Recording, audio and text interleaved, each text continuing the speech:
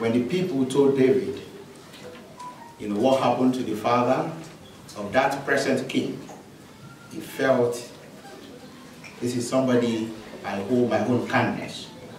Let me show kindness to this man. Then he sent messengers, he sent officers, his people, to go and console with the king who has lost his father.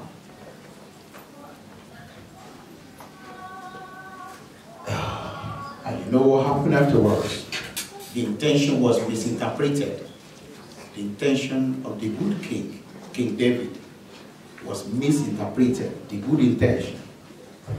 And the king of Ammonites shaved off half of the beards of these people. You know, people who have long beard. He decided to shave the half and cut their dress, their wearings, their holy gown at the backside. Brethren, the king's action, King Hinnom, his action could be interpreted as very disrespectful. It's very disrespectful. It's very disgraceful. It's very shameful. And it disregards the religious belief of these people and their practice. And this can be interpreted as one's right to religion being abused or withheld. Have you been in that situation when your right to religion, your right to belief is being abused, is being withheld? It can also be interpreted as an act of misinterpretation of intention. Have you helped somebody from the heart of God that He has given you, and your plan, your intention has been misinterpreted? It is also ungodly, according to the belief of Jews, as illustrated in the book of Leviticus 19:27. Leviticus 19:27. The actions of that king actually violated the religious right of these innocent messengers. He said, you shall not run the corners of your beards, neither shalt thou mar the corners of their beards. Don't cut it, don't trim it. So most importantly, according to Kabbalah, Kabbalah is Jewish mystical teaching. The beard, thank you, the beard is the hair that grows down from the head to the rest of the body. And it is the bridge. They see it in terms of their own belief, the Jewish mystical belief. They see it as the bridge between your mind and the heart. Your mind and your heart. And they see that beard as it grows from here down here as a bridge between your thought and your action. That's their own belief. They see it as a gap between theory of life and practice. They see it as a gap between good intention and good deeds. So a Jewish man will not cut his beard. It will allow it to grow freely, because it has something to do with their belief, as I've said. There's one thing for you to have good intention. Another thing is for you to have ability to carry out that good intention. So they believe the beard will bridge that gap between you know the theory and your ability to bring to reality practice to that theory.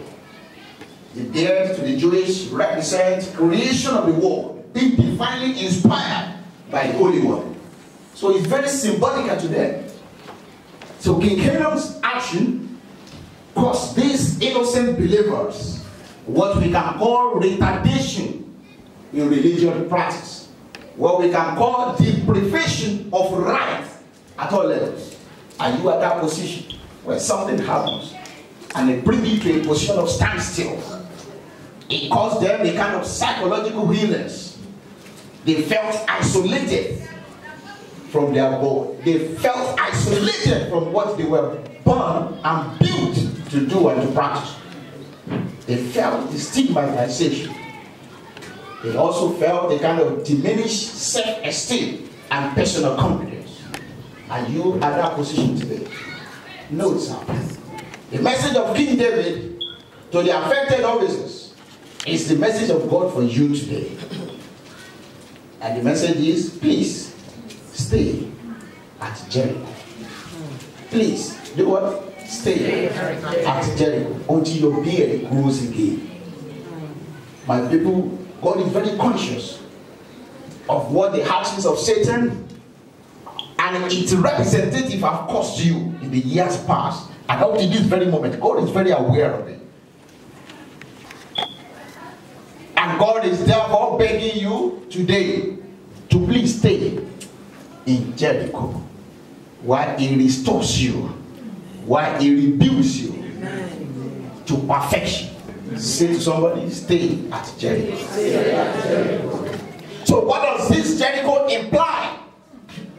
The last very five, the fifth verse of that Bible reading for today. Stay at Jericho. What does this Jericho imply? Jericho is a place of position after the voice of God. Are you in a position where God Himself has placed you?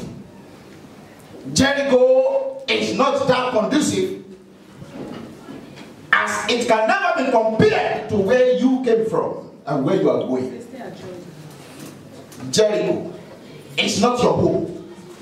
It is a house. Jericho is not your home. It's a house. House is a temporary place of abode, while your home is permanent place of peace. There's a difference between the two. The house is this world you are. The home is heaven, where eternity in freedom exists. Jericho is a place and it's a stage in your life, and a place known by God. God is aware of it. He says, stay at Jericho. Jericho is that present position that you are that does not glorify God, but is aware. He gave His word. He says, stay at Jericho.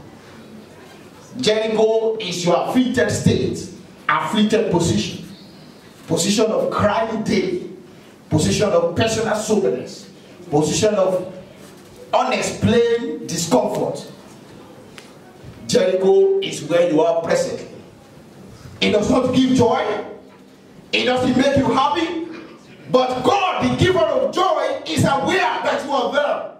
He says He will give you joy. Amen. We are looking at, what does this Jericho imply as a Christian? It is a place where you need to put up with loads of insult. Loads of insult, loads of embarrassment. That is Jericho. Jericho is your present position of embarrassment. That is Jericho. Your present position of unfruitfulness, where you have various unanswered questions. Where is God? You have various questions that you want to ask God. And you have asked Him many questions, but they all remain unanswered. That's Jericho. Your present position of lack, that's Jericho. A position where the giver suddenly becomes the receiver. Jericho is your present position of loneliness, but the presence of God is very prominent there. That is Jericho. Your present position of joblessness, but the hotness or awesomeness of God keeps you going. That is your Jericho. You are jobless, but the awesomeness of the maker of heaven and earth keeps you going. And people see you as somebody who has job. That is your Jericho. Your present position of poverty, that is Jericho. Your present position of shame, but the hymn of God remains on stage. That's your Jericho. Your stage of, oh Lord, come on, do something. People are waiting. Families are waiting. Relatives are waiting. The unbelievers are ready to mock me. Come on, Lord, do something. That's your Jericho. Let's have a second look about this situation. You are at Jericho now, where you suffer temporary disappointment doing what God has asked you to do. You know, those officers, they were innocent. They were just doing what the master, their home God, has sent them to do. So in a second view, In a second observation, critically, biblically, you can look at Jericho as a place where you suffer temporary disappointment during the course of you doing what God has asked you to do. And you'll be like, God, you told me to start this business, and now I'm bankrupt.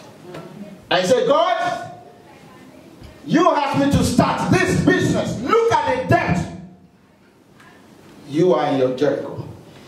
And you say, God, you told me to go to school. Now I failed all my exams. Brethren, fear not. That's your Jericho. He said, God, you told me to marry this man. Now see the torture that I suffer from his hand. Brethren, don't be afraid. That's your Jericho. He said, God, you told me to leave Africa for westernized world. Now I'm finding it very hard to settle. I change name like a dress. Brethren, don't be afraid. You are in your Jericho. And that's why you say, God, you told me to start a ministry. Now look at the mess. Don't be afraid.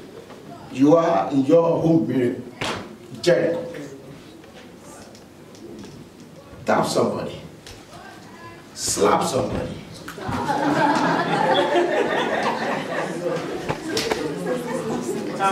Tell them, what do you need to do at Jericho? What do I need to do now? I know I am at Jericho. I am at Jericho. What do I need to do? Be patient. Say to somebody, be patient. That's number one thing. He is aware that you are in your own Jericho. Be patient. You cannot progress without being patient. Without patience, you cannot progress. Be focused. Without focus, you cannot see God the Father who sent you and invited you to stay there. Be prayerful. Without prayer, your joy cannot be full. Be sinless. With sins, you are graceless. Evangelize is your Father's business. Once your personal business is overtake godly businesses, you become useless and rebellious to God. Be careful. Whatever you are going through, is it Jericho or it doesn't disturb you? Telling people, God loves you. God loves you. God loves you. I know you are in a position of discomfort. I have seen people in the hospital bed when they have been given dates to die. And they are still ministering to nurses, to doctors who come to them. I have seen people at their sick bed. That is the position you will think, you and I will think is least expected of any human being to spread gospel. You have your 2 feet, you have your 2 legs, and your mouth is still working. And you cannot evangelize. At your Jericho, be reserved. This will allow God to preserve your soul. You are not a disciple if you cannot discipline yourself. At Jericho, it must not take your power to worship the Lord. If it took nothing from Paul and Silas, who were in bondage, and the Bible says they were still praying. Yes. People who were in bondage, who were handcuffed, and they were still singing praises to God. People in prison. They were in their own Jericho. But the power to worship the Lord was never seized from them. They seized all powers. They thought they have confined them to a place. But they still had that power. And what happened? Yes. Sir, what happened to you now is not you. You are not the only one. Whatever you are going through, 1 Corinthians chapter 10 verse 13. There's nothing that you are going through that is very uncommon to a man. Anybody in life can find themselves at Jericho at one point or the other. Anybody. The rich will be there at one point. The poor will face there at the position. The officers, the gold, the unexpected. The pastor, the prophet, the medicines. Jericho is a temporary part of your journey in life. And it takes you to greatness.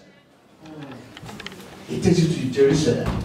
Look at that verse 5 of that 1 Samuel chapter 10 from 1. That 5th verse.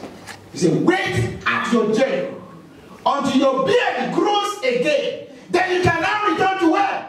Jerusalem. Everybody at a point in time, no matter how big you are, no matter how massive, how influential your anointing or your riches, a day is coming, a position is coming, a circumstance will come when you will find yourself in your own Jericho. It's a must. Prophet Elijah, he found himself in a situation that we can liken to his own Jericho. In the book of 1 Kings chapter 19 from 9 to 11, narrated what happened to Elijah. He was waiting upon the Lord to pass. And this happened as Elijah was running from a woman, Jezebel. Remember, this was the same Elijah who killed 450 prophets. Now a woman came and he betrayed her.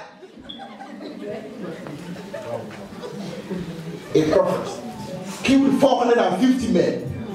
For a single woman, he did what? A big race. You think you are as strong as a woman?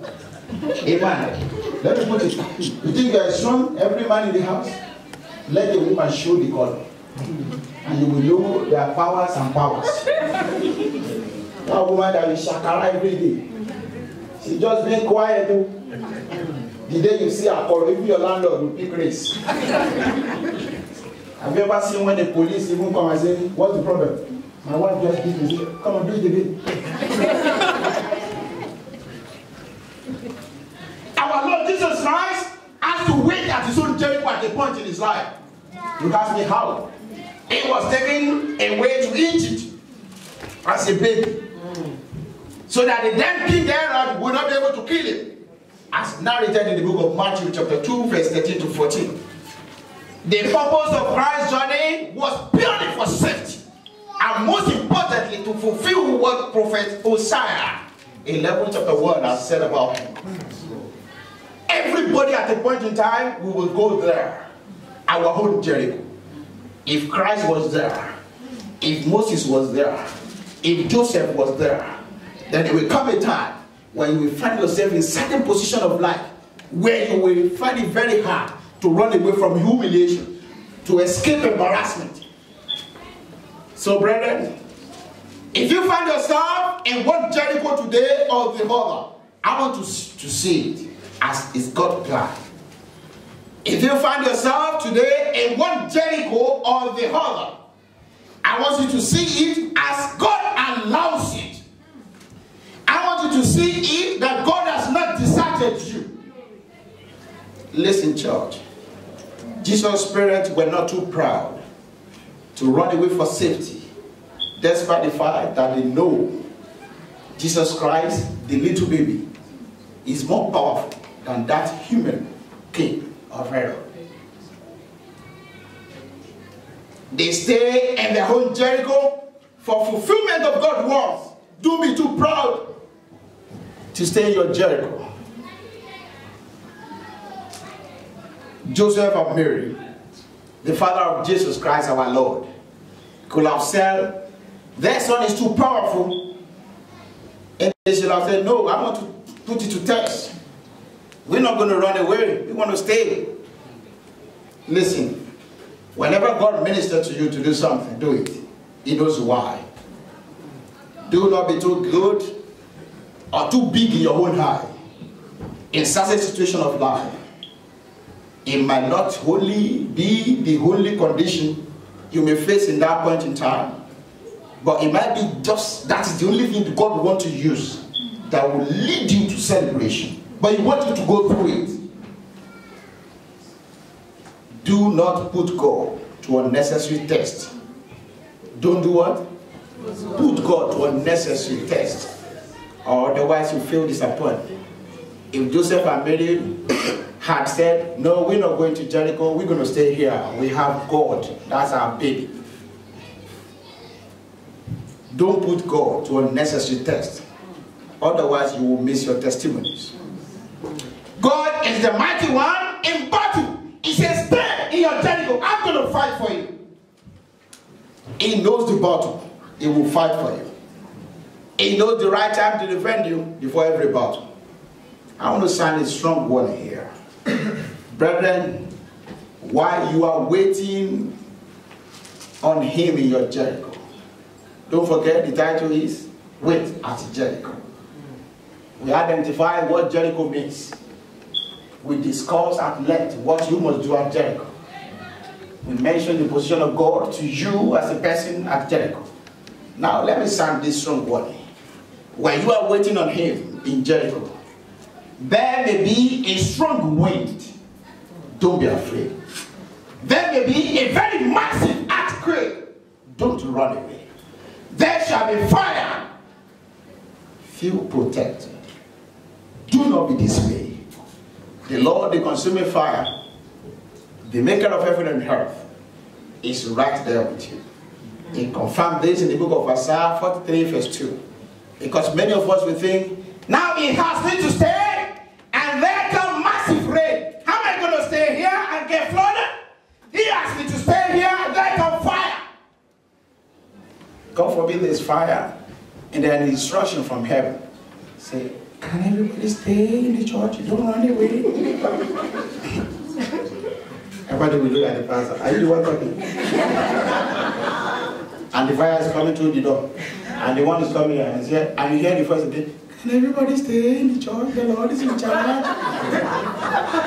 And somebody will look at the pastor. Pastor, you think that, you know how many houses I have in Nigeria I have to be like, full people will go. If you want to die, die. Tell God we are coming. We are not ready to go to work now. And that is the difference between you.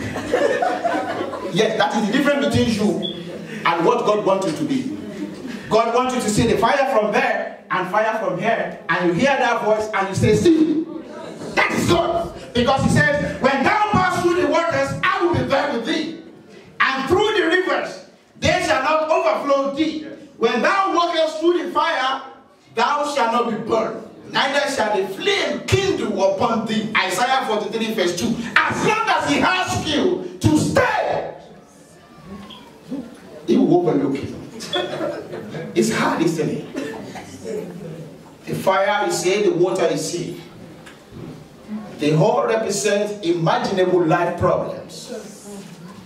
Beloved, the wind, the fire, the water, the river, they are all satanic threats. I wish you can see beyond them. In a trance one day, I saw what water, the flowing water, the fire looked like. They were coming, and underneath is something that is just like a barrier.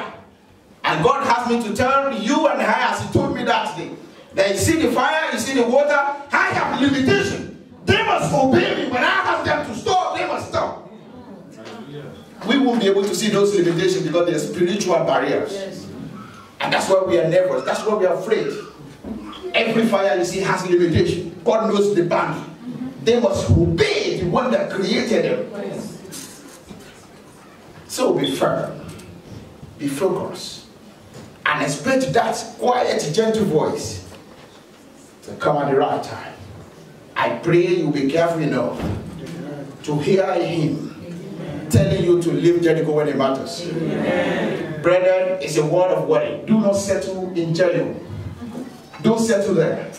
The word settle did not come in there. It said, wait at Jericho. It did not say, build houses at Jericho. Wait at Jericho. Do not settle in Jericho, sir. Do not see Jericho as your kingdom. Some Christians are too complacent with pressures and problems of life. They settle in there. They build houses. They have children. They have investments in Jericho. You will not be asked to do that. Say, wait at Jericho. Some Christians, they settle with sickness in their Jericho. They form agreement with disappointment at Jericho. They're too comfortable with discomfort at Jericho. What am I saying here, sir? As you find yourself in your Jericho, do not settle for second best. The devil will come with the offer because he thinks, he knows you are vulnerable. He knows you need that help. And then we come with the offer of buy one, get one free. Buy one this year, 2030, come and pay. Do not lose your identity in Christ for common crisis. Remember the book of 1 Corinthians chapter 10 verse 13. There had never been temptation taking you but such as it is common to man. For God is faithful, who will not suffer you to be tempted above that you are able. There is nothing coming upon you that God does not know they coming. But with the temptation, with the affliction, also make what? A way to escape. You don't need human escape. You don't need somebody to take you out. God himself will make a way for you to go out. And that is God. When the time comes, listen, when the time comes for you to leave Jericho, the Lord will open the route for himself. Don't be in the prison and make room for yourself for escape. Don't help God. Don't help God. We find ourselves in certain situations. You want to help God for a quick and testimony. But the Lord says, don't help me in your Jericho. I know you're there. I can do it by myself. I have my plan. I'm making it. There shall be word. And that is who you are. That is who you are. And that is the God who has asked you to stay there. Is working out something. Yes. Do not see yourself as someone without choice when you're in your Jericho. I'm choiceless. I'm only 42 and I don't have husband. I'm choiceless. And I'm only with 5 degrees, no job. Don't see yourself as choiceless. Do not be carried away. You have a position that commands her location in the presence of God. Do not compromise who you are and what God has called you in your Jericho. Some of us are in Jericho and the Lord has called us Samuel. But because the wind is so much at Jericho, we shorten it to Sam. Don't shorten it. What am I saying? God has called your name. And that name is the precursor for God to be able to help you. That name is the name that the Lord wants to connect with. Don't change your identity when you're in your Jericho. It's a strong word here. Do not murmur. Don't complain against Christ in Jericho. Oh Lord, I've been here now for 40 years. I've been here now for 38 years. This is my pool of backslider. I've been here for 12 years, still bleeding. Don't complain. When he asks you to stay there, don't murmur. Don't complain. One of the grievous sins against God is murmuring. Say to somebody, don't murmur. In one day, the Lord destroyed 14,700 people for the offense of murmuring and complaining. One day, the same God, mommy, you shall be one very soon. Amen. The same God that created everybody. Just one day, 14,700. What did they do? They murmur, they complain. They criticize him. Who told you God does not get angry? One of his grievous sin of murmuring. The book of Numbers chapter 16, verse 41 to 49, illustrated that just one day. Don't sleep in your Jericho. I know the Satan, the plan of the evil is to make you comfort there. Don't sleep there. Many people are sleeping in their Jericho today. They have forgotten their dreams. They have forgotten their visions. They have forgotten whom God has called them when they were coming to this country. They have forgotten whom God has called them before they got married. They have forgotten whom God has called them.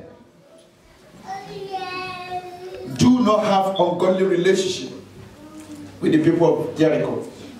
I know you are in Jericho and God asks you to stay there and you agree to stay there. Don't fall ungodly association with the people of Jericho. You cannot yoke with unbelievers. It brings breakage and loss of blessing. Problem of life, don't let it push you against God. And I'm going to end here. Many forsake Christ at Jericho, thinking Christ has forsaken them.